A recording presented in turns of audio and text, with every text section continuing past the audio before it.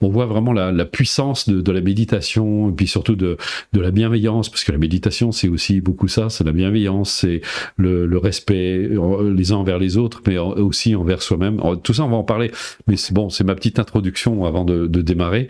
Et je trouve ça vraiment extraordinaire. Ça peut vraiment changer des vies, parce que l'esprit est quelque chose d'extraordinairement malléable qu'on peut vraiment infléchir dans le sens vraiment d'un plus grand bonheur. Et j'en suis témoin. Parce que si vous connaissez un petit peu mon histoire, d'ailleurs, si ça vous intéresse, je sais pas pour que vous l'achetiez, mais lisez le livre Quand la vague réalise quel est l'océan. Vous pourrez voir. Je raconte tout mon parcours, qui a été au départ relativement chaotique, puisque j'ai même été SDF, j'ai vécu des choses pas très très heureuses, mais j'ai voulu écrire ce livre témoin parce que je me suis dit c'est une bonne façon de montrer aux gens que quel que soit le point de départ, on peut vraiment accéder à une vie authentiquement heureuse. Et c'était mon souhait le plus cher d'ailleurs au départ. Donc voilà, je m'arrête parce que je cause tout de suite. D'habitude on fait les présentations, donc je vais laisser Nathalie, qui est juste à côté de moi, se présenter, dire pourquoi elle est là, parce que souvent il y a une personne qui me dit oui, c'est qui, bon, qu'est-ce qu'elle fait là, pourquoi elle ne dit rien, donc elle va vous dire tout ça. Eh oui, je ne suis pas une potiche pour l'humour, c'est juste, voilà, je me présente, je suis Nathalie Chimberlain, je fais partie de l'équipe Ressources Actualisation, donc l'équipe de Bruno, avec Loïc qui est de l'autre côté de la caméra et grâce à qui nous avons la technique de cette webconférence, et puis Fabienne qui répond au téléphone et traite certains de vos emails et de vos commandes. Donc, au sein de l'équipe Ressources Actualisation, j'ai le plaisir de répondre aux emails aussi et de suivre certains élèves des cours de Bruno. Et je suis également référente Cuisine Altruiste, qui est une annexe de l'association Planète Altruiste qu'a créée Bruno. Où voilà, j'exerce ma pratique culinaire au sein des stages de méditation de Bruno. Je suis là ce soir pour surtout pour la troisième partie de cette webconférence où vous pourrez poser vos questions en direct et c'est moi qui transmettrai vos questions à Bruno. C'est plus simple pour lui parce que de les lire et de vous répondre, c'est parfois un peu compliqué. Donc voilà la raison de ma présence et je suis ravie d'être avec vous sur cette webconférence. Voilà, merci beaucoup Nathalie. Et on va parler de méditation. Alors je vais vous demander, je vais vous poser une question. Pendant 3 minutes, on va laisser défiler vos réponses. Je vais vous demander, à votre avis, à quoi sert la méditation ? À quoi ça sert réellement ? Qu'est-ce que ça peut ? À quoi ça sert ? Dites-moi tout, et moi je vous réponds ensuite. Donc voilà, on va attendre. Alors il y a toujours un petit décalage. Alors j'en profite pendant ce temps-là, pendant que vous mettez. Nathalie a évoqué l'association Planète Altruiste. J'ai créé cette association en 2017 parce que j'étais très touché par ce qui se passe sur la planète à tous les niveaux. Je suis très sensible évidemment à la souffrance humaine, mais aussi la souffrance animale et la souffrance de notre planète qui est vraiment dans un piteux état. Je crois qu'on est en train de vivre une catastrophe écologique sans précédent qui risque de nous emporter si on se réveille pas. Donc c'est pour ça que j'ai voulu faire mon colibri aussi et j'ai créé cette association. Et c'est pour ça que on la finance entre autres grâce à des dons, mais surtout aussi grâce à l'appui de Ressources et Actualisation. C'est-à-dire que quand vous achetez des cours chez nous et quand vous participez à des stages, eh bien cet argent sert à réaliser des projets. Et d'ailleurs, on a entre autres un projet qui s'appelle Projet Les Lucioles. On aura peut-être l'occasion de vous en parler. Donc voilà. Alors, ça peut-être commencer à défiler. Oui, plein donc, de vas-y. réponses. Alors, j'y vais. À se trouver, à se recentrer, s'ancrer. Au lâcher prise sur les événements, arrêter le mental, se recentrer, trouver la paix intérieure, se recentrer, se réaligner, à se trouver, réapprendre à ancrer son corps dans le réel, se recentrer sur nous, se connecter au monde, à nous ancrer au moment présent, être là, trouver un équilibre, à se ressourcer, à lâcher, augmenter son taux vibratoire, faire entrer le calme en moi, à se connecter à sa vraie nature. Stop. Apaisement intérieur, libérer l'anxiété. Voilà, il y en a beaucoup. Donc c'est très bien, ça permet de situer. Je vais juste m'arrêter parce que je trouve extraordinaire, personne dit de se connecter à l'instant présent. C'est toujours complexe parce que l'instant présent, à quel moment il commence et à quel moment il finit. Oui, c'est quelque chose de très insaisissable. C'est pour ça que les bouddhistes ne parlent pas d'instant présent, mais parlent d'instant de conscience. Mais ça, bon, c'est un autre sujet, on aura l'occasion d'en parler. Je retiens 3 mots de la méditation. Autonomie, liberté et bonheur. Le but fondamental de la méditation, c'est de nous rendre libres, de nous rendre autonomes et d'être capable de créer son propre bonheur. C'est essentiellement ça. Et le reste, et tout ce que vous avez dit est juste. C'est tout à fait juste aussi. Mais ça va avec, forcément. Donc on va en parler parce que aujourd'hui, il y a beaucoup de confusion autour de la méditation. Alors, pour information, je pratique la méditation depuis près de 50 ans parce que j'ai commencé très jeune. J'ai commencé à l'âge de 13-14 ans. D'ailleurs, ça a commencé comme ça. Un jour, mon oncle me voyait en train de dessiner et puis il m'a demandé qu'est-ce que tu veux faire plus tard. Puis j'ai répondu je veux être heureux. C'est sorti comme ça, très spontanément. Puis il m'a répondu mais c'est pas un métier ça. C'est amusant parce que comment on se situe toujours par rapport à son métier. Et je lui dis, mais qu'est-ce que ça peut me faire d'avoir un métier si je suis pas heureux? Papa, maman, ils ont un métier, ils ont pas l'air heureux. Les professeurs à l'école ont pas l'air très heureux. Ils ont un métier, ils ont toujours l'air tout stressés, toujours énervés. Et donc, voilà, souvent, comme on dit, la vérité sort de la bouche des enfants. Et puis je me suis dit, très jeune, je me suis dit, mais j'ai l'impression qu'on prend les choses à l'envers. C'est-à-dire qu'on court après plein de choses en espérant trouver le bonheur. Donc on fait des études, on essaie de trouver un métier, puis souvent, bon, pour beaucoup malheureusement c'est juste alimentaire, c'est pas associé au bonheur, et puis on va rencontrer hommes, femmes, on va faire des enfants, on va acheter une maison, on va avoir bref, on va acquérir plein de choses, et parce que derrière évidemment, et c'est tout à fait légitime, il y a l'idée du bonheur. Sauf que si le fait de se marier rendait heureux, ça se saurait parce que tout le monde serait heureux. On voit le taux de divorce qui est assez impressionnant de séparation et on voit effectivement la relation. C'était d'ailleurs, j'ai eu le bonheur de travailler avec Dr Bach qui était un spécialiste du couple qui disait si 5% des couples, on est très optimiste en disant que 5% des couples sont heureux.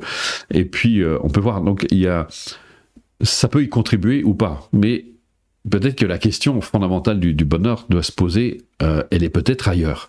Et moi, c'est une question que je me suis posée parce que je voulais des réponses. Je voyais, il y avait beaucoup de souffrance autour de moi.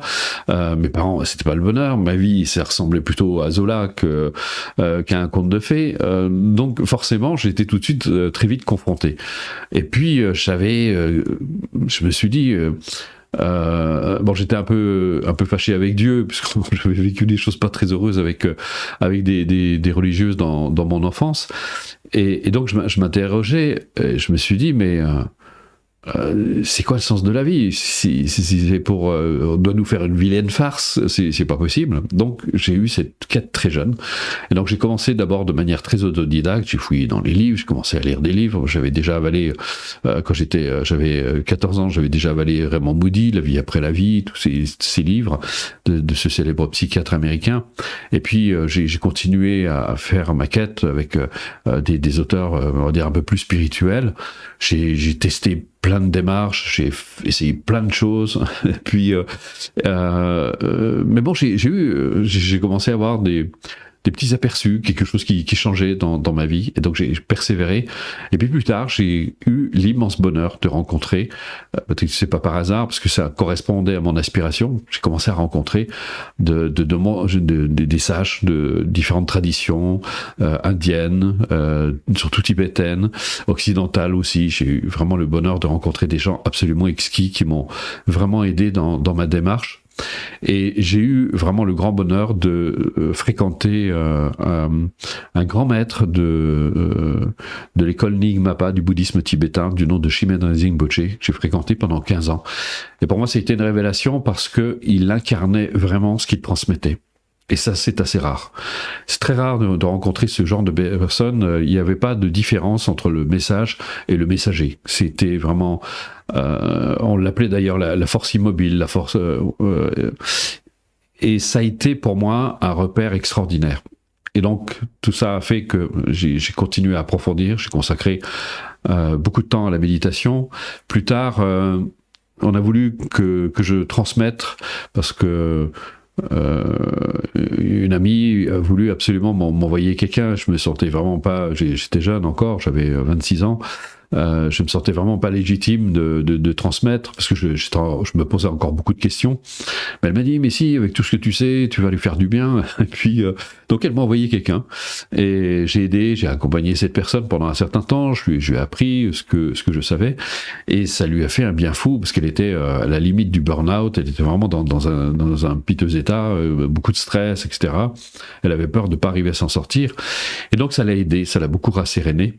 Et comme c'est quelqu'un qui avait un immense réseau, c'était quelqu'un de relativement connu, et donc elle m'a envoyé du monde et je me suis retrouvé malgré moi avec un cabinet.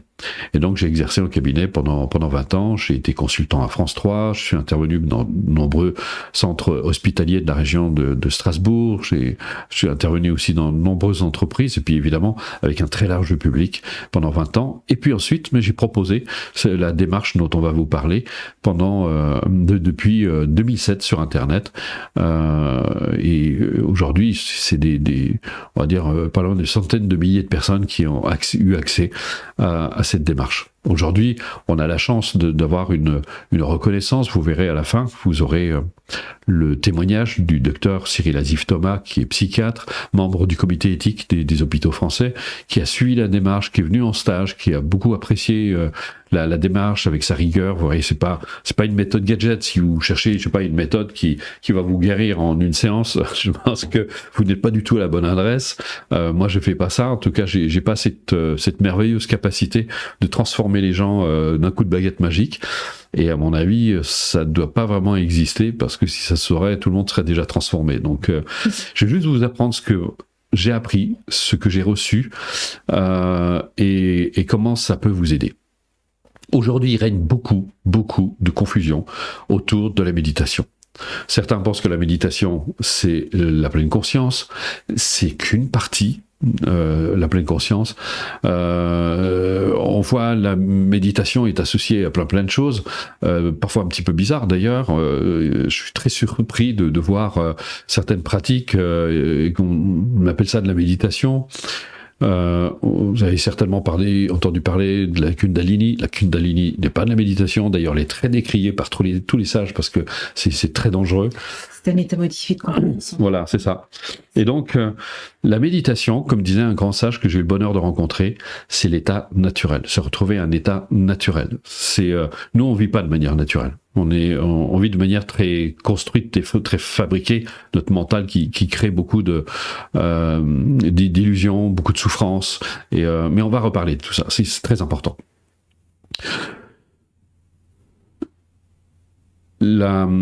La méditation existe depuis 4000 ans, pas aujourd'hui. Alors, je suis très surpris aujourd'hui de voir qu'il y a une espèce de montée de bouclier contre la méditation, notamment par certaines autorités, parce que certains disent que c'est dangereux. Depuis 4000 ans, ça existe. Bouddha, elle a été surtout révélée beaucoup par le Bouddha, et depuis, si elle avait été dangereuse, je pense que ça se saurait. Il y a les pratiques. Encore une fois, qu'on associe à la méditation, qui elles peuvent être dangereuses. Je pensais notamment aux montées de Kundalini et d'autres choses. Et puis surtout, certaines pratiques qui sont associées à la méditation, qui sont sorties de leur contexte. Et c'est un peu le problème qu'on a eu avec les différentes formes de yoga.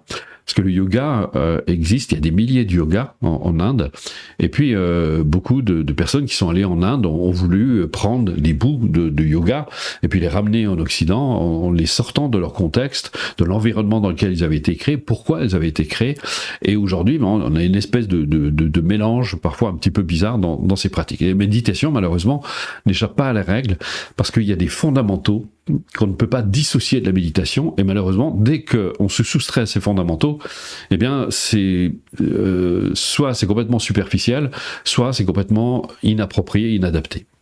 La première chose, la méditation, ce n'est pas une technique. C'est un ensemble de pratiques destinées, comme j'ai dit tout à l'heure, à vous rendre autonome, à vous rendre libre, et à être capable de créer par vous-même votre propre bonheur. Ça permet aussi, évidemment, de découvrir les causes de la souffrance et de voir comment y remédier, et d'identifier clairement les véritables causes du bonheur et de pouvoir les actualiser dans son existence. Si je pouvais résumer la méditation, c'est à peu près ça. On part du principe que la première chose, c'est que, et c'est ce que disent les bouddhistes, qui crée la souffrance? C'est notre esprit.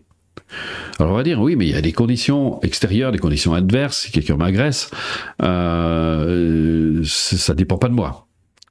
Non, oui et non. Mais votre réaction dépend de vous. Si quelqu'un vous lance un mot malheureux, vous allez avoir une réaction. Et on va voir, vous mettez 10 personnes dans une même situation, on va voir 10 réactions différentes, parce que chaque personne a une perception qui lui est propre de la situation.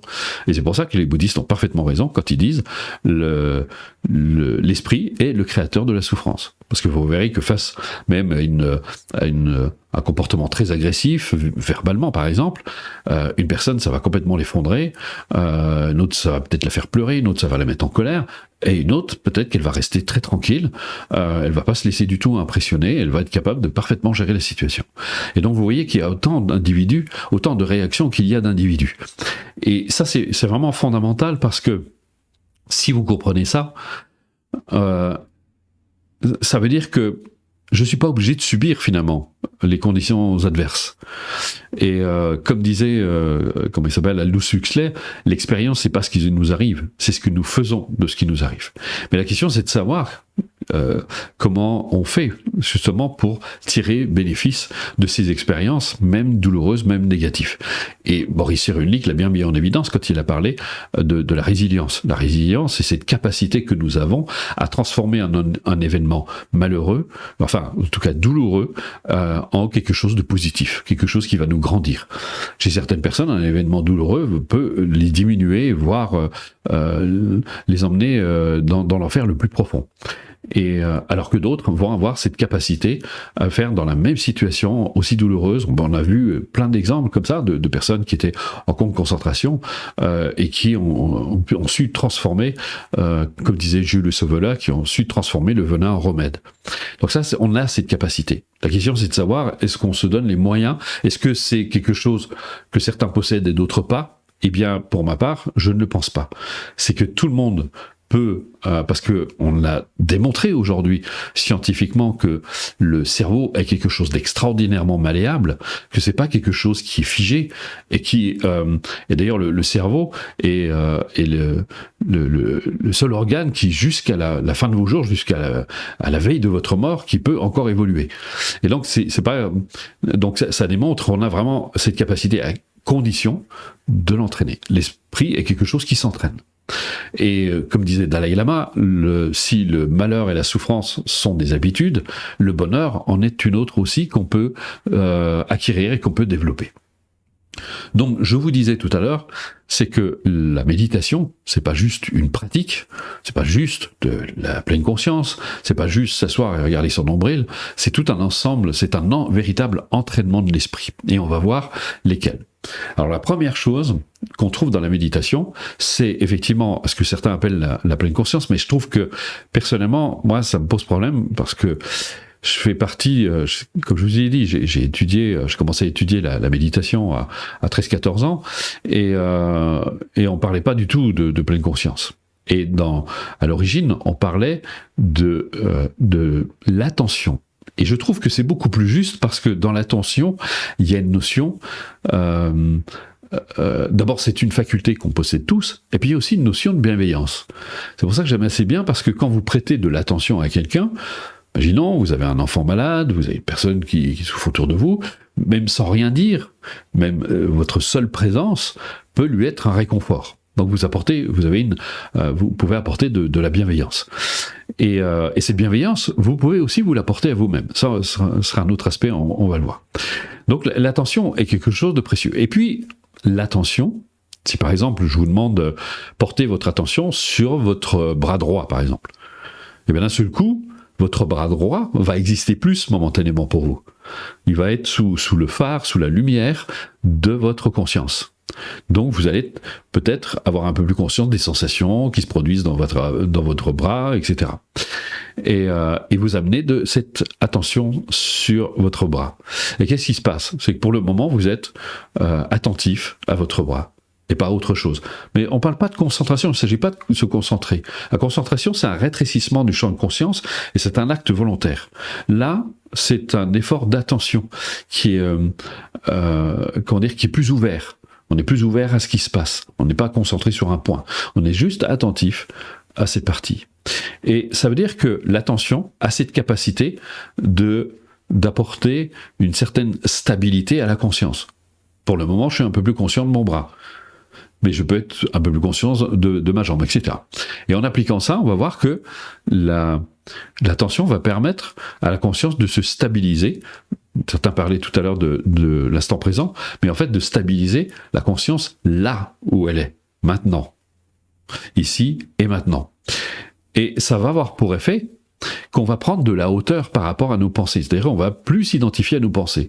Parce que vous avez pu voir, c'est un fait d'observation que tout le monde peut vérifier, c'est que votre conscience, en état vigile ordinaire, s'identifie aux pensées. Elle suit les pensées.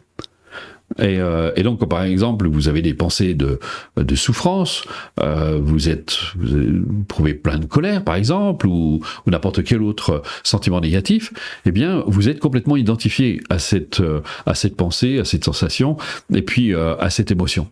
Et donc, ça crée de la souffrance. Mais vous avez une autre possibilité, parce que si on peut se laisser emporter dans nos pensées, surtout nos émotions, eh bien, on a la capacité à ressentir ces mêmes émotions sans nous identifier à ces pensées, à ces émotions.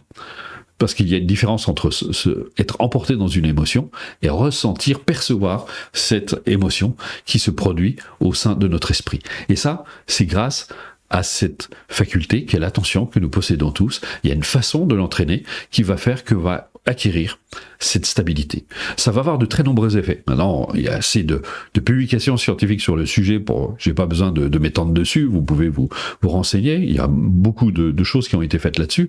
On sait que ça a des effets extraordinairement positifs, notamment au niveau des émotions, ça permet de pacifier les émotions, ça permet de calmer l'esprit. Si par exemple vous aviez un électroencéphalographe sur la tête, on verrait les ondes cérébrales se ralentir, on passe d'ondes bêta à des ondes alpha qui sont beaucoup plus lentes, et on sait qu'elles participent largement à notre équilibre psychique. Et puis, au niveau du corps, on verrait un ralentissement du métabolisme. Le métabolisme se met en phase de repos profond et réparateur, le cœur bat plus calmement, il y a une vasodilatation périphérique qui favorise les échanges. On constate qu'au bout de 3 semaines de ce type de pratique, il y a une augmentation des anticorps de 30%. Donc tout ça, c'est des choses qui ont été vérifiées scientifiquement, et on sait donc que ça a des effets extraordinairement bénéfiques pour l'équilibre psychique et la santé. Alors, la première étape, il s'agit d'acquérir, donc, de favoriser la stabilité de la conscience. Et pour ça, on va utiliser différents supports. On va utiliser le corps, on va utiliser l'esprit aussi, on va utiliser le souffle, on va utiliser d'autres pratiques aussi qui vont approfondir cette capacité à être là. Et on va même découvrir que notre conscience a cette faculté extraordinaire de s'élargir à la fois dans le temps et dans l'espace. Et ça permet d'acquérir de la hauteur par rapport à sa vie de manière générale. Et on a besoin vraiment de ce détachement salutaire, parce qu'il nous permet de prendre cette hauteur. On est souvent, comme disait Dalai Lama un jour, donner une conférence, et puis il y avait un œuf dur qui était posé devant lui, il l'avait pris, et il a dit, vous voyez cet œuf, si je le mets tout près du visage, je vois plus que l'œuf, mais si je le mets au bout de la main, je vois l'œuf, mais je vois tout le reste. Et ça, c'est notre situation. On a l'œuf devant le visage, on voit plus rien d'autre. Alors que si on a ce recul, eh bien, on peut voir l'œuf, c'est-à-dire on peut voir notre douleur, par exemple, mais aussi on peut voir le reste, c'est-à-dire, entre autres, nos ressources. Donc, c'est là où la méditation peut être extrêmement précieuse. Pratiquer avec l'attention va avoir des effets, mais c'est insuffisant. Parce que l'être humain est comme une voiture à 2 moteurs. Il y a un moteur qui pousse en avant, l'autre qui tire en arrière. Ce moteur qui pousse en avant, ce sont nos aspirations. On aspire au bonheur, on aspire à réaliser des choses dans notre vie, à avoir une vie épanouissante, que ce soit dans notre vie professionnelle, dans notre vie affective, dans notre vie sociale, etc., ce qui est tout à fait légitime. Et d'un autre côté, il y a ce moteur qui tire en arrière. Et c'est quoi ce moteur qui tire en arrière ? Eh bien, ce sont nos peurs qui sont pas toujours très conscientes, qui le sont même le plus souvent complètement masquées, la culpabilité, les perceptions qu'on a, les vues fausses, etc. et on en a parlé au début. Et donc, on va voir dans ce deuxième volet comment neutraliser ce moteur qui tire en arrière et donner plus de puissance à ce moteur qui pousse en avant, c'est-à-dire à nos aspirations. Et là, vous avez tout un ensemble de pratiques qui vont vous être d'une grande utilité. Je prends un exemple, le tout premier exercice qu'on propose, on appelle ça le sourire intérieur. On va montrer aux gens la capacité qu'ils ont à se regarder littéralement avec détachement dans une situation, par exemple, où ils se sont, laissés emporter. Et on leur montre comment. C'est un petit peu comme si vous regardez un enfant qui est en train de s'adonner à un de ses jeux préférés, mais ça fonctionne pas comme il veut. Par exemple, je sais pas, il est en train d'essayer de monter un jeu de Lego, et puis au bout d'un moment, on voit il s'énerve. Et vous, en tant qu'adulte, vous le voyez faire. Mais si vous avez le recul, ben vous allez avoir un sourire. Vous avez un sourire mais qui est plein de tendresse. C'est pas un sourire moqueur. Vous avez un sourire qui est plein de tendresse à l'égard de cet enfant, ce petit bout de chou qui est en train d'essayer de monter son Lego. Et il prend ça, il est très concentré dessus, avec beaucoup d'intensité et tout. Et vous allez lui apporter votre aide. Eh bien, cette saine distance que vous avez par rapport à l'enfant, vous allez la prendre pour vous-même. Plutôt que de vous faire du tort, plutôt que de vous faire du mal, ça me fait toujours penser à les chevaux de laine qu'on a dans les mains. La pire des choses, c'est de s'énerver parce que ça va faire encore plus de nœuds. Et souvent, on est pris dans des situations et on a tendance à s'énerver, à en rajouter et finalement, ça crée plus de bazar que ça n'aide vraiment. Alors que si on a ce recul, on va même parfois se voir en train de se dire « Oh là, où est-ce que je m'embarque ?» Et vous prenez ce recul. Et ça, c'est un outil vraiment précieux. Ensuite, un autre aspect qui est largement traité dans ce deuxième niveau, c'est la culpabilité. C'est un vrai poison qui génère beaucoup d'anxiété, beaucoup d'angoisse, qui nous rend destructeurs, autodestructeurs, ça crée beaucoup de malaise. Et contrairement à ce que certains disent, quand on se libère de la culpabilité, on ne vient pas, ça ne note pas notre sens de responsabilité. C'est tout l'inverse. Parce que, vous voyez, comme je le répète souvent, lorsqu'une personne se sent coupable, eh bien, elle a beaucoup plus de mal à reconnaître son erreur si elle n'a pas eu un comportement très heureux. Parce qu'elle se sent justement coupable. Donc, elle aura plus de mal. Alors que si, au contraire, elle est libre de la culpabilité, elle va être beaucoup plus en mesure de reconnaître que son comportement n'a pas été très heureux ni très approprié. Et elle va le regretter. Il y a une différence entre le regret et le remords. Le remords, vous faites du tort à vous-même. Le regret, vous constatez que effectivement, vous n'avez pas eu un comportement très heureux et il convient de voir ce qu'il faut faire pour rendre la situation plus saine, plus heureuse pour tout le monde. Et puis, il y a plein d'exercices comme ça, comme l'acceptation de soi, qui va vous aider à mettre en lumière vos ressources, vos capacités, vos qualités, parce que vous en avez, elles sont inhérentes à votre vraie nature.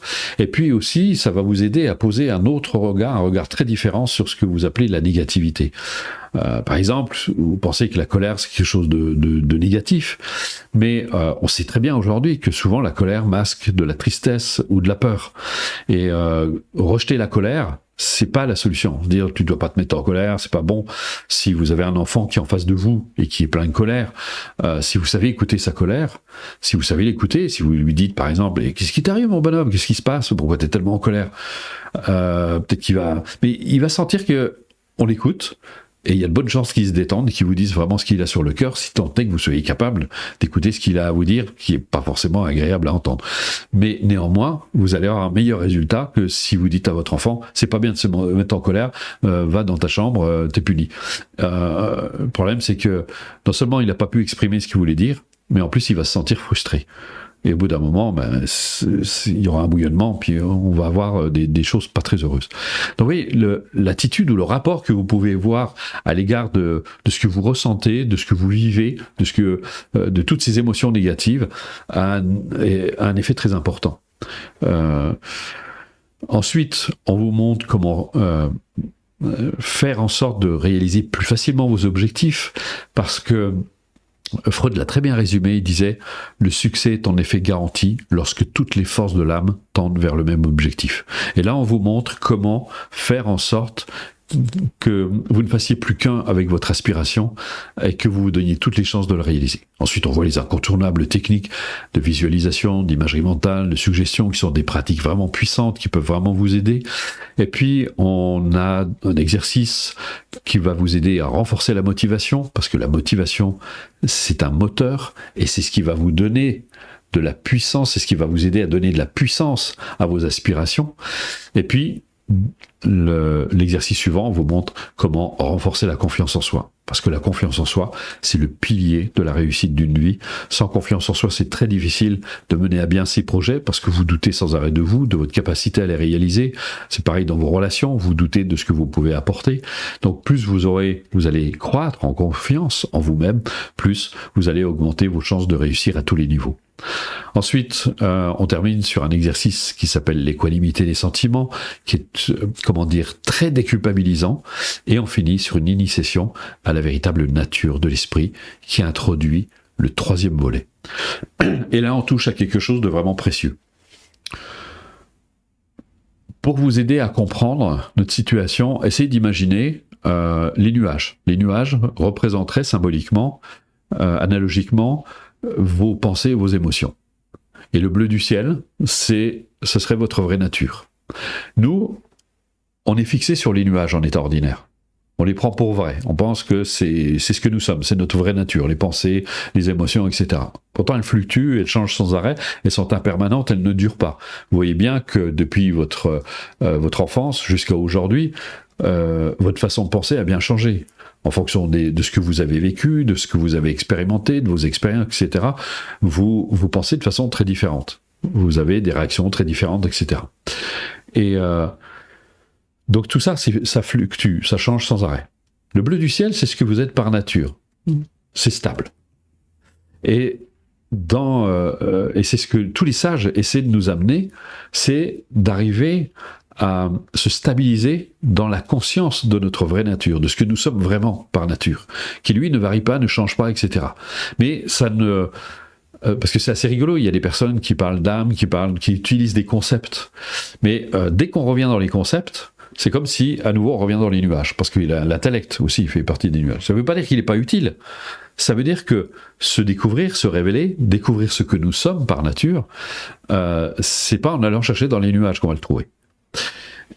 Et ce qui est intéressant, vous pouvez même faire une petite expérience maintenant, essayez de prendre n'importe quelle pensée que vous avez, et vous pouvez voir que une pensée, elle apparaît, puis au bout d'un moment, elle va disparaître, elle va être remplacée par une autre pensée. Mais vous n'avez pas le sentiment qu'un petit peu de vous disparaît avec cette pensée, au moment où elle disparaît. Donc si vous étiez vos pensées, vous devriez disparaître avec vos pensées, vous savez très bien que c'est pas vrai. D'ailleurs, on peut se poser la question de l'affirmation de Descartes qui disait « je pense donc je suis ». Et si je pense plus, je n'existe plus. Pourtant, on a tous vécu, ça arrive tous, on peut avoir un moment où notre mental a été d'un seul coup interloqué, vous avez un grand silence en vous, et il y a plus de pensée. On peut atteindre cet état qu'on appelle l'état de non-pensée par la méditation. Il ne s'agit pas de faire le vide, ça n'a rien à voir avec le vide.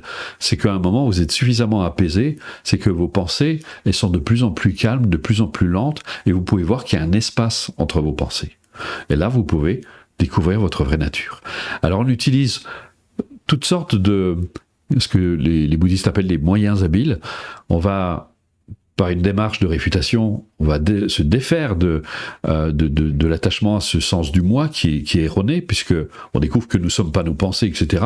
Et ça va nous permettre de nous libérer de l'emprise de nos pensées, de nos émotions.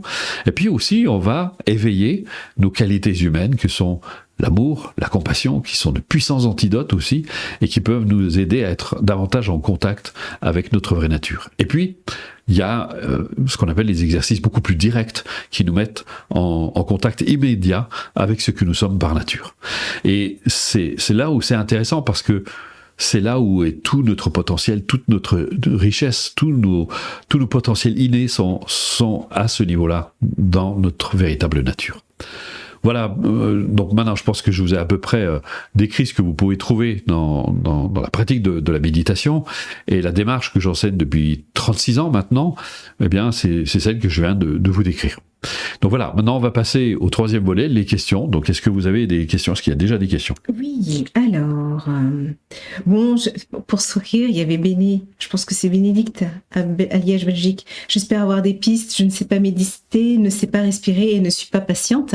Alors du coup, j'espère que vous avez pu trouver des pistes. Alors, si vous ne savez pas respirer, je pense que c'est pas vrai, parce que vous seriez déjà morte. On a absolument besoin de respirer. Donc, faut apprendre, effectivement. Bon, cela dit, rassurez-vous, il y a des exercices qui sont proposés d'ailleurs dans la démarche, des exercices très doux pour retrouver une respiration naturelle, parce qu'elle est souvent bloquée par les émotions. On a les plexus qui sont tendus, etc. Alors là où, effectivement, si vous n'êtes pas patiente, la méditation, ce n'est que ça, c'est un exercice de patience.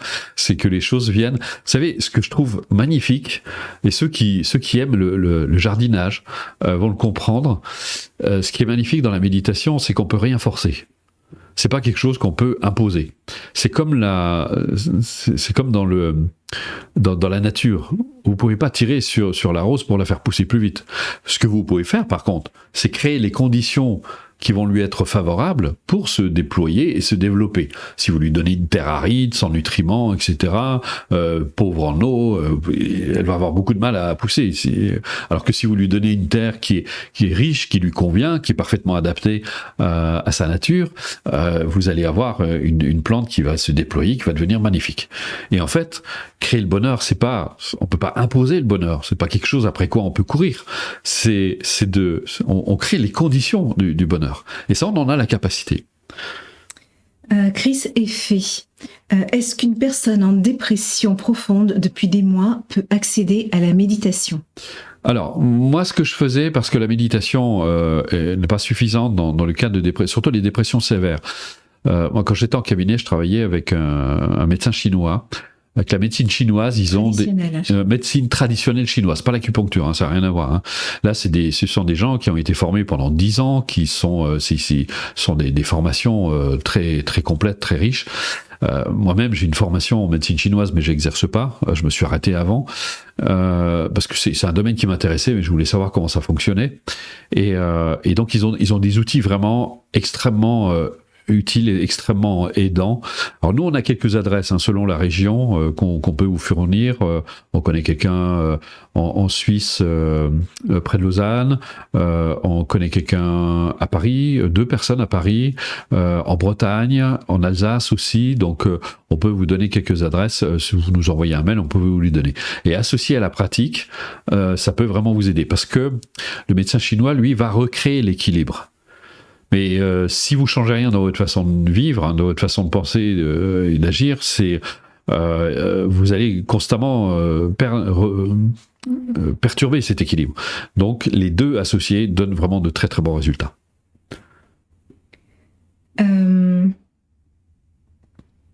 Comment prendre du recul avec un ou des proches avec qui on a un gros historique C'est là, depuis des années. Oui, mais c'est là où la pratique va être extrêmement salutaire, parce que elle va d'abord vous aider, et ça j'ai oublié d'en parler, mais je pense que c'est fondamental. C'est ce que j'ai découvert notamment avec tous ces sages que j'ai rencontrés, et qui est complètement inexistant dans les cultures. On apprend là-bas à l'enfant à être bon pour lui.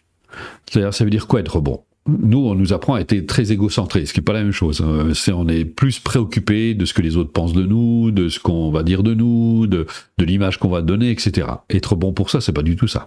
C'est prendre soin de soi.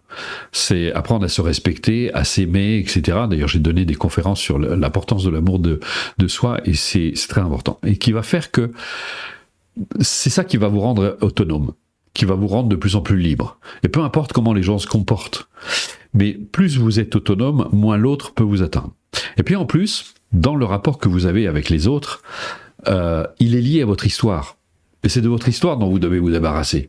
C'est pour ça que Bouddha disait une chose quand il avait donné un enseignement. Il disait, si quelqu'un vous offre un cadeau et que vous ne l'acceptez pas, à qui appartient le cadeau ? À la personne qui vous l'offre. Il voulait dire ça pour la colère. Si quelqu'un se met en colère après vous et que vous ne la prenez pas, cette colère, c'est sa colère. Je le dis autrement aussi, c'est si quelqu'un se met en colère, que ça crée un malaise. Vous, votre problème, c'est votre malaise. Lui, son problème, c'est sa colère. Débarrassez-vous du malaise, ça, la pratique peut vous y aider. Et après, sa colère, c'est son problème, c'est plus le vôtre. Si la personne se met en colère, on dit, écoute, si t'es en colère, je sais pas, tu vas peut-être attendre que tu te détendes, que tu retrouves ton calme, et puis, ça risque aussi de l'énerver, mais vous, ça ne vous atteint plus. Et il y a toujours cette espèce de phénomène de résonance qui fait que l'attitude ou le comportement de l'autre fait écho avec quelque chose qui existe en vous. Donc si vous arrivez à vous débarrasser de ça, l'autre peut faire ce qu'il veut. Après, ça ne nous affecte plus. Ça ne vous atteint plus de la même façon. Donc, j'espère que ça répond à votre question. Là, ce sera juste un oui ou un non, je suppose. Laetitia posait la question. Donc, la méditation apprend à la distanciation par rapport aux événements.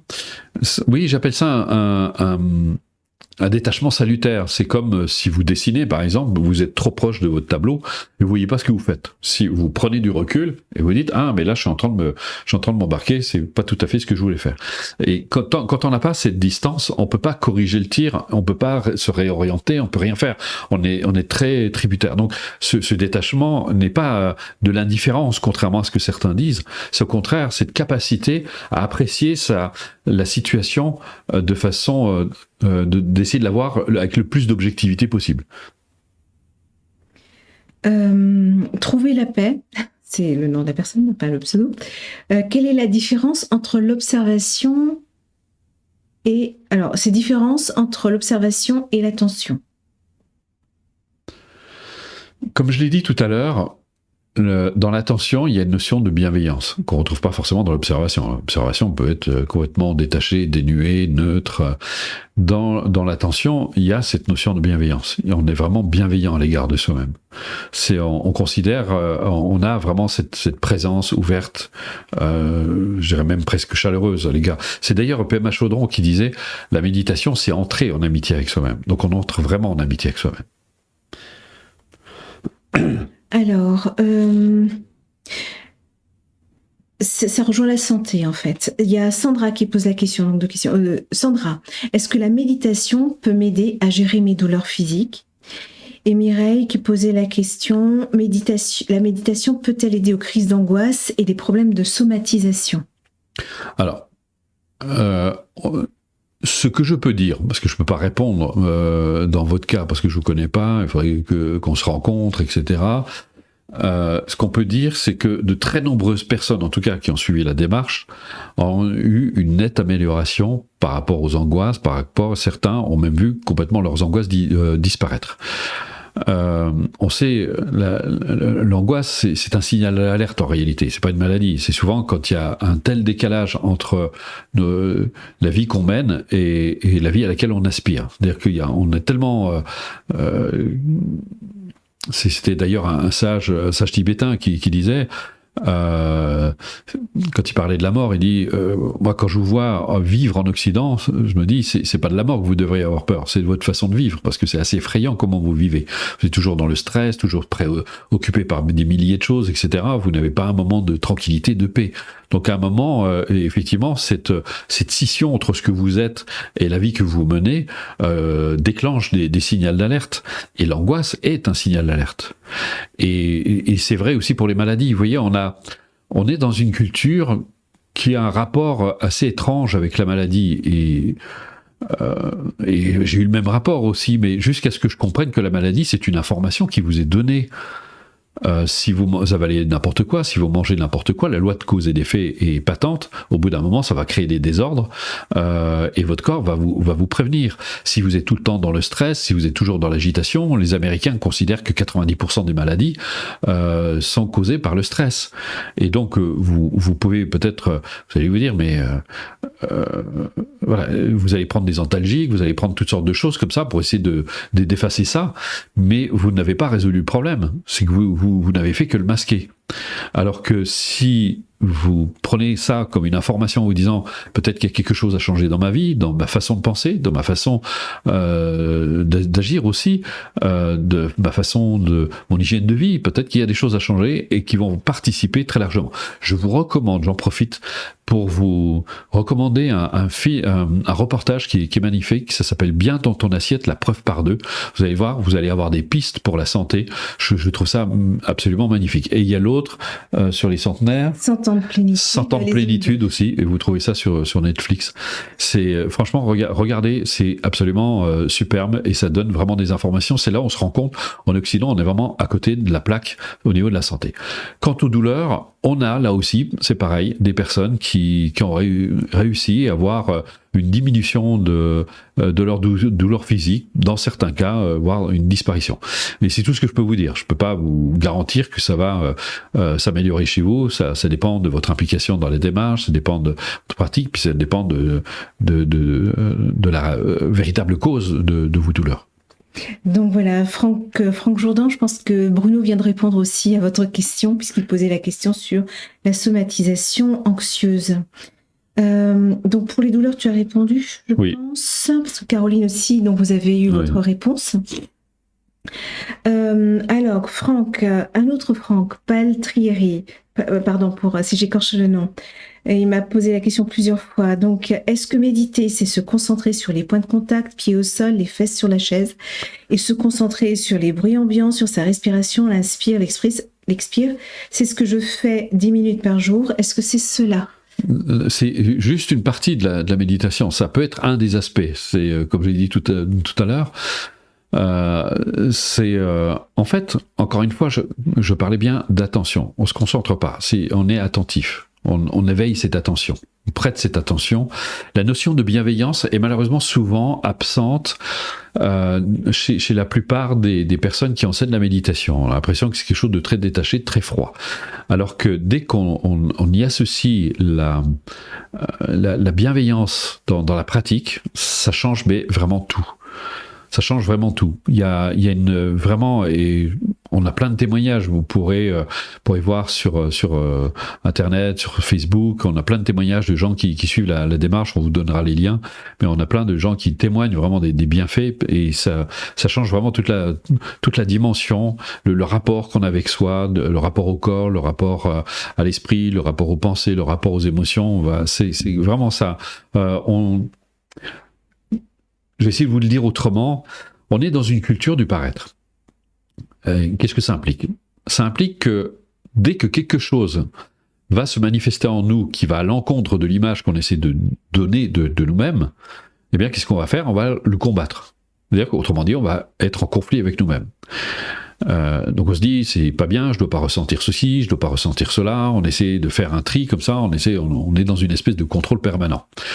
Et comme disait un sage indien, il disait toute la journée, vous essayez d'être un bon patron, une bonne épouse, un bon mari, un enfant modèle, etc. Puis toute la journée, vous faites beaucoup d'efforts pour essayer de maintenir cette bonne image, pour être bien apprécié de tout le monde. Mais à la fin de la journée, vous vous écroulez parce que vous êtes fatigué, parce que c'est fatigant d'être quelqu'un. Alors que la pratique de la méditation va vous aider à être en accord avec vous-même, apprendre à devenir un ami pour vous plutôt que de vous combattre. Et ça, c'est vraiment quelque chose qui est vraiment fondamental. Alors, Jack, je suis méditant. Quelle pratique préconisez-vous et à quelle cadence? Je viens de les donner, je viens de décrire. Alors peut-être que vous avez manqué le début, donc à ce moment-là, je vous recommande d'écouter depuis le début. J'ai décrit à peu près toute la démarche, c'est tout un ensemble de techniques. Ne limitez pas la pratique de la méditation, ne croyez pas que c'est, encore une fois, je le répète, c'est pas une pratique, c'est un ensemble de pratiques, c'est un entraînement de l'esprit avec... Il y a toute une méthodologie. Enfin, j'aime pas le mot méthode parce que c'est pas approprié, mais il y a toute une progression qui est indispensable, qu'il faut bien respecter pour bien intégrer. Il y a des notions aussi qui sont vraiment indispensables.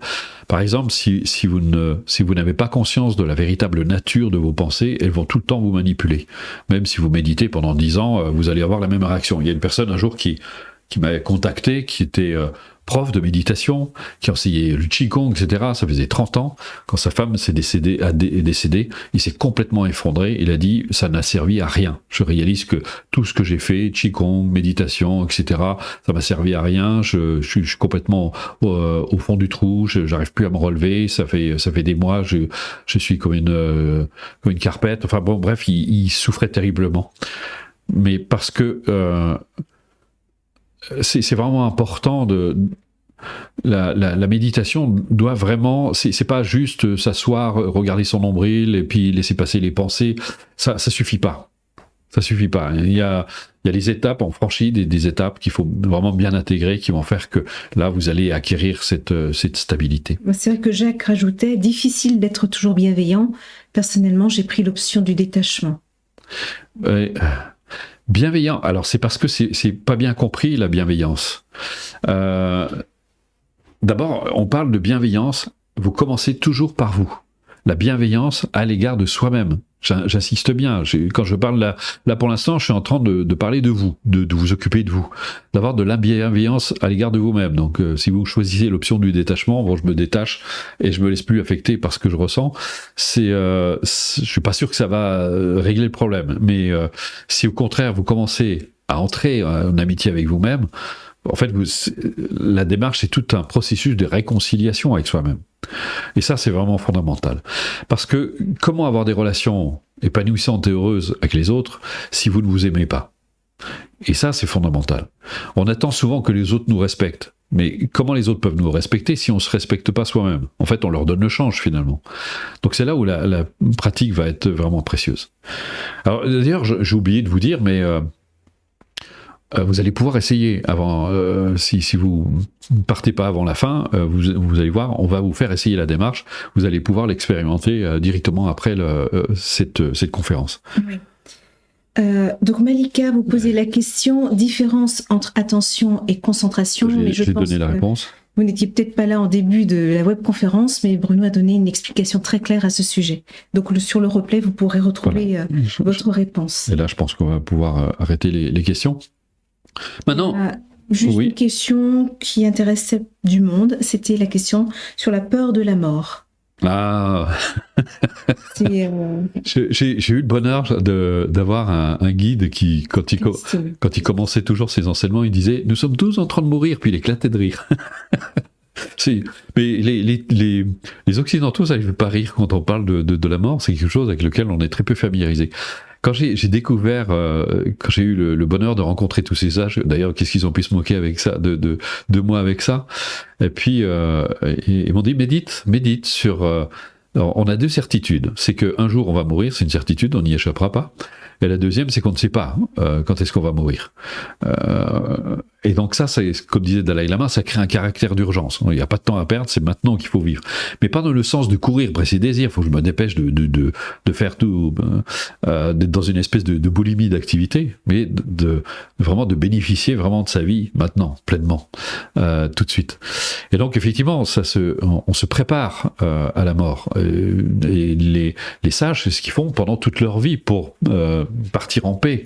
Alors, quand on dit ça aux Occidentaux, ils disent « mais moi je veux pas mourir, je veux vivre ». Oui, mais justement, vous pouvez pas vivre parce que vous avez peur de mourir. Chaque échec, chaque deuil, chaque séparation, on vous rappelle, c'est comme des petites morts. Et ça vous rappelle que finalement vous êtes vulnérable. Quelqu'un vous quitte, vous êtes au 36e dessous, vous réalisez, en fait ça vous aide à prendre conscience que vous n'êtes pas du tout autonome et que vous êtes complètement dépendant de l'autre pour créer votre bonheur. C'est pareil dans votre activité professionnelle. On vous licencie demain, puis vous avez l'impression que tout s'effondre, mais ça témoigne de votre manque d'autonomie. Si vous êtes autonome, si vous avez suffisamment confiance en vous, vous dites bon ben voilà, c'est un événement pas très agréable à vivre, mais j'ai des ressources, j'ai des capacités, je peux reprendre ma vie en main et j'avance. Et ce qui est extraordinaire quand on médite sur la mort, et comme disait Dalai Lama, pourquoi m'inquiéter, pourquoi m'angoisser de quelque chose qui de toute façon va arriver? Donc autant plutôt m'y préparer. Et c'est vrai que plus on médite sur ces deux aspects, sur l'incertitude du moment de la mort, sur la certitude qu'on va mourir, ça apporte une paix extraordinaire et ça permet de trier ses priorités, d'aller beaucoup plus à l'essentiel et de ne plus se perdre dans les pécadilles. Donc ça, c'est toute une démarche qui est largement abordée d'ailleurs dans le 3e niveau. Alors maintenant, comment ça se passe? Si vous êtes intéressé, et on va vous faire des cadeaux ce soir. Si vous avez envie de démarrer, et comme j'ai dit, tout de suite après cette conférence, vous allez pouvoir tester. On va mettre à disposition un exercice du niveau 1, un exercice du niveau 2, avec plusieurs audios qui seront à votre disposition. Vous allez avoir 24 heures pour pouvoir les essayer, et ensuite vous décidez si vous avez envie de suivre ou pas cette démarche. Imaginons que vous voulez commencer. Eh bien, vous allez recevoir une leçon par semaine. Alors j'ai juste oublié, parce que ça c'est quand même important, parce que souvent les gens, quand on leur dit vous allez entreprendre une démarche, vous allez pratiquer régulièrement, on se dit ah ouais, mais faut pratiquer, c'est des efforts et tout ça. Et moi j'ai découvert, avec tous ces sages, j'ai découvert l'effort joyeux. Nous, on associe toujours l'effort à contrainte. Il faut faire un effort, c'est difficile, c'est pénible, etc. Il y a une notion de pénibilité dans la notion d'effort. Alors que là, pas du tout. L'effort joyeux, c'est se dire, tous les jours, je vais prendre du temps pour moi, je vais m'accorder du temps pour moi, et je vais m'occuper sainement de moi. Je vais prendre soin de moi. Et on le fait dans le plaisir. Donc, si vous avez un quart d'heure, 20 minutes à vous accorder de plaisir, si vous avez un quart d'heure, 20 minutes de plaisir à vous accorder par jour, alors cette démarche, elle est faite pour vous. Et elle est surtout faite pour des personnes qui ont envie de prendre leur vie en main. Parce que comme je me plais à le répéter, si vous continuez à penser, à agir, à vous exprimer comme vous l'avez toujours fait, vous ne pouvez pas espérer avoir des résultats différents de ceux que vous avez obtenus jusqu'à aujourd'hui. Mais par contre, si vous commencez à décider à faire autre chose que ce que vous avez toujours fait, eh bien, il y a de bonnes chances que quelque chose change. Et là, tous ces outils vont être là pour vous aider. Donc, vous voulez démarrer la démarche, vous recevez une leçon par semaine. Chaque leçon comporte une ou plusieurs présentations audio et écrite, et l'exercice pratique. On a fait en sorte techniquement que vous ne puissiez pas passer à l'audio suivant tant que vous n'avez pas écouté le précédent. C'est très important parce qu'il y a des personnes, elles brûlent les étapes et puis après elles nous écrivent, elles nous posent des questions qui étaient largement abordées dans les audios. Donc on s'est dit, ça suffit, on va arrêter ça. Et puis surtout, je pense que c'est important, vous allez voir, chaque détail compte. Là, vous allez avoir, c'est d'une richesse, et vous allez le découvrir par vous-même tout de suite après, c'est d'une richesse assez extraordinaire. Il y a beaucoup de précision, et beaucoup de gens nous disent, mais c'est passionnant, j'arrête pas d'apprendre, j'arrête pas de découvrir, chaque fois que je creuse, j'apprends un truc, c'est absolument fantastique. Donc vous faites la pratique, et vous faites la pratique pendant toute une semaine, et l'objectif c'est de devenir autonome. Donc vous allez la faire seul. Vous aurez l'enregistrement pour avoir la marche à suivre de l'exercice, et puis après vous vous entraînez tout seul. La semaine suivante, on va un petit peu plus loin, la semaine suivante, on va un petit peu plus loin, et un petit peu plus loin, et un petit peu plus loin, et de semaine en semaine. Et en plus, vous n'allez pas être seul, on va pas vous laisser tout seul avec ces audios, cet entraînement, on va être tous là, toute l'équipe va être là pour vous aider. Nathalie, Loïc qui est derrière la caméra, moi, Fabienne aussi qui est là, et puis Chantal aussi qui intervient régulièrement, va être là pour vous aider. Donc vous serez jamais seul. Vous avez une question à poser, il y a toujours quelqu'un pour vous y répondre. On a même fait mieux que ça. On a créé un groupe de soutien sur Facebook. Alors je sais qu'il y a des personnes qui sont un peu fâchées avec Facebook, mais c'est les seuls à avoir créé un groupe privé sur lequel on peut échanger entre nous sans que personne d'autre ne le voit. On a une communauté de près de 5000 personnes aujourd'hui, et je crois qu'on est même beaucoup plus encore aujourd'hui. Et là, les anciens soutiennent les nouveaux, nous on intervient, on répond à vos questions. C'est vraiment très très riche, très chouette. Vous pouvez poser vos questions. En tout cas, on est là, on est vraiment là pour vous aider. Et vous verrez, encore une fois, le cours est vraiment très très complet. Et donc, l'autre avantage aussi, c'est que vous êtes accompagné à vie. C'est-à-dire que si vous suivez la démarche, contrairement si vous allez en cabinet par exemple, vous voulez reprendre des séances, eh bien vous les repayez. Là, vous ne payez que le cours. Vous le payez une fois et pour toute votre vie. Donc c'est un investissement à vie. Donc c'est quand même ça l'intérêt. Et après, les démarches, vous pouvez la retrouver, vous revenez 3 ans, on a même des personnes qui sont venues 4-5 ans après, ils disent « Bon, ben finalement j'ai un peu négligé la démarche, je l'ai mis de côté, je me suis pas investi, maintenant j'aimerais la reprendre. » Mais ils la reprennent et ça leur coûte rien du tout. Donc, voilà. Comment vous allez accéder aux cours ? D'abord, sur votre espace client, vous avez une plateforme qui est magnifiquement bien faite, sur laquelle vous allez voir, vous avez tout. En fait, c'est une copie conforme de l'application dont je vais vous parler tout de suite après. C'est une copie conforme de l'application que vous avez. Et là, vous pouvez accéder à vos cours. Et vous pouvez les télécharger, vous pouvez les écouter, enfin bref. Et on a, cerise sur le gâteau, on vous offre une appli. C'est gratuit. On va montrer l'appli. Voilà. Regardez la 3e colonne, c'est là où vous avez vos cours. Vous avez la présentation écrite, présentation audio, etc. Alors, elle a été refaite depuis. Elle est beaucoup plus complète que ça. Cette appli, c'est encore une ancienne image. Et vous regardez à gauche, vous avez plein de compléments gratuits qui vous sont offerts. Vous avez les balades de Bruno, vous avez les méditations collectives auxquelles vous pouvez participer, vous avez le mot du jour, vous avez des extraits vidéo de stage. Vous avez, qu'est-ce qu'il y a encore, j'ai oublié de choses, enfin bon bref, vous avez voilà, les actualités, enfin vous avez plein de choses qui vont compléter vos cours, vous allez voir, c'est vraiment très très riche, et ça c'est offert. Donc l'application, elle est gratuite, elle est offerte. Ce qui veut dire aussi que nous n'avons aucune obligation. On a de temps en temps des personnes qui ont des téléphones un peu fâchés, ou alors qui sont trop vieux, et là on peut pas faire grand chose, ou alors faut remettre à jour vos trucs, mais c'est un très très faible pourcentage, hein. C'est de l'ordre de quelques pourcents de personnes avec qui l'appli est incompatible. Donc voilà. Oui, pour qu'il n'y ait pas de confusion, vous achetez, vous acquérez une formation en ligne et non pas une application. Oui, tout à fait. Donc voilà, on peut retirer l'image. Voilà. Alors, combien ça coûte tout ça ? Si vous êtes allé en cabinet, vous savez que une séance, ça coûte entre 40 et 150 euros. J'ai même vu des coachs qui faisaient à 200 euros. Évidemment, c'est pas tout le monde qui peut se payer ça. Et si vous faites 10 séances, tout de suite, vous voyez le chiffre que ça représente. Là, vous avez 3 niveaux de cours. Le premier niveau fait 7 semaines, le deuxième niveau fait 12 semaines, le troisième niveau fait 12 semaines. C'est une démarche très très complète. Ça fait au total 9 mois. Alors il y a des personnes qui nous disent, mais 9 mois, vous vous rendez compte, c'est long. C'est tout le contraire. En fait, les gens nous disent, quand ils arrivent au bout des 9 mois, ils disent, ah mais c'est déjà fini, j'ai pas vu le temps passer, tellement c'est...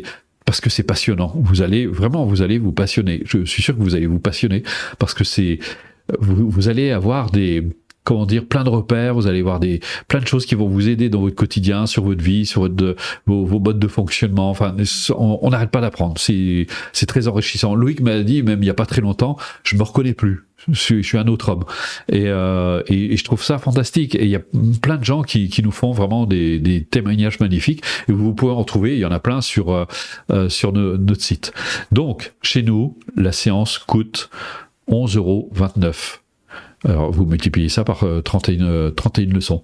11,29 €. Alors, on va afficher. Voilà ce qu'on vous offre de faire. Pendant 24 heures, on vous fait à 11,29 €. Vous pouvez l'acheter n'importe quand. Mais à ce moment-là, vous paierez le tarif normal de 31 €. Mais là, si vous commandez sous 24 heures, vous l'avez à 11,29 €. Ça fait 349 € les 9 mois de formation. Donc, vous vous rendez compte d'une formation à 349 € de 9 mois. Je pense que vous trouverez ça nulle part. Ça n'existe pas. C'est tout simplement donné. Mais regardez, si vous commandez, ça c'est aussi parce que on tient à vous remercier de la confiance que vous nous accordez. Si vous commandez sous 24 heures, vous recevez en plus 5 jours de stage en vidéo. C'est des enseignements mais vraiment très riches, profonds. C'est tiré de stages, vous allez voir, vous avez l'impression d'y être. Vous avez un atelier vidéo sur la confiance en soi. Il y a 9 vidéos de 1 heure chacune et 2 vidéos bonus de 15 minutes. Vous allez voir, c'est très complet, rien que ça. Alors, le premier bonus, normalement, vaut 150 €, on vous l'offre. Le deuxième, c'est à peu près pareil. Et le troisième, c'est le CD du mois. Ce sont des extraits de stages, d'ateliers, de séminaires que j'ai donnés, qui vous sont offerts tous les mois en téléchargement, que vous pouvez écouter et qui complètent très avantageusement le cours. Vous vous rendez sur la page coursbruno.fr. Là, vous avez à nouveau tout un développement des cours. On vous explique en long, en large. Et tout au long de cette page, vous avez un bouton sur lequel vous pouvez cliquer pour faire l'essai. Vous pouvez essayer dès ce soir, tout de suite après la conférence, vous allez pouvoir essayer. Alors, je vous recommande quand même d'être dans de bonnes conditions, d'être tranquille, au calme, de savoir que vous ne serez pas dérangé pour le faire vraiment dans de bonnes conditions. Et vous le faites. Et jusqu'à demain soir, on vous offre le cours à 11,29 € la leçon. Voilà. Je crois on vous a tout dit, hein. Je ne vais rien oublier. Hein. Oui, donc voilà. Et maintenant, on va vous laisser avec notre ami Dr Cyril Azif Thomas qui va vous en parler, psychiatre, membre du comité éthique des hôpitaux français. C'est vraiment quelqu'un de très sérieux qui est venu en stage, qui a suivi les cours et qui les resuit encore en ce moment, il nous a dit. Et il va vous en parler. Vous voyez, c'est juste pour vous montrer que c'est sérieux et vous pouvez trouver plein d'autres. Alors, on a des scientifiques aussi, on a un scientifique qui a témoigné, un scientifique du CNRS qui a témoigné, qui a suivi les cours, qui nous a fait un magnifique témoignage aussi. On pourra vous l'envoyer si vous le souhaitez. Donc voilà, maintenant, c'est à vous de décider. Nous, on propose ces démarches à des personnes qui ont vraiment envie de prendre leur vie en main, qui ont plus envie de dépendre de quelqu'un d'extérieur, qui veulent devenir autonomes, qui ont envie d'acquérir les outils pour créer leur bonheur. C'est une démarche 36 ans d'enseignement, c'est près d'un demi-siècle de pratique, mais c'est aussi toutes les personnes qui m'ont précédé, que j'ai rencontrées. Vous bénéficiez de tout ça, c'est vraiment très riche. C'est pas de la méthode gadget, c'est vraiment sérieux. Vous verrez, c'est très bien structuré. Enfin bon, bref. Et vous êtes accompagné, je le répète. Donc voilà. On vous laisse essayer, et puis on espère vous retrouver peut-être dans les cours, peut-être un jour dans les stages, on se fera des câlins, et puis en attendant, je vous souhaite une excellente soirée, et à très bientôt. Au revoir. Bonne soirée, au revoir. Ce sont des cours très complets, très complets, très minutieux, quoi. C'est très précautionneux. C'est des choses qui nous parlent, c'est la motivation, c'est la confiance en soi. On peut le recommander. On peut franchement le recommander. C'est vraiment quelque chose, je pense, qui parle à tout le monde. C'est le bonheur de 7 à 77 ans, au sens large. C'est un bonheur qui implique d'abord de se respecter soi-même. Et on est dans une société actuellement où on ne se respecte pas, où les rythmes sont stressants, où la vie est une vie faite de rapports de force. Quand on est tendu vers le bonheur avec cette approche respectueuse de soi, l'effort qui nous est demandé, c'est un effort joyeux. Voilà, c'est une éthique qui me va bien, que je trouve très belle. Il y a une vraie logique, les choses s'articulent bien, et en même temps, c'est ça qui est curieux, c'est que c'est pas intellectuel, quoi. C'est pas abstrait. C'est une approche qui est faite d'exercices pratiques, donc on va dire c'est du pratico-pratique. Il y a un vrai équilibre entre le savoir et le savoir-faire, et ça c'est rare. Rudo, c'est pas juste un enseignement oral, c'est aussi un auteur qui a écrit plusieurs livres. Force est de constater que ce concept du bonheur, il l'a travaillé. Et avec cette méthode-là, ça va pas mettre les personnes en danger, loin de là. On en sort apaisé et on en sort remotivé, à se recentrer et puis à retrouver ce sursaut de vie, quoi.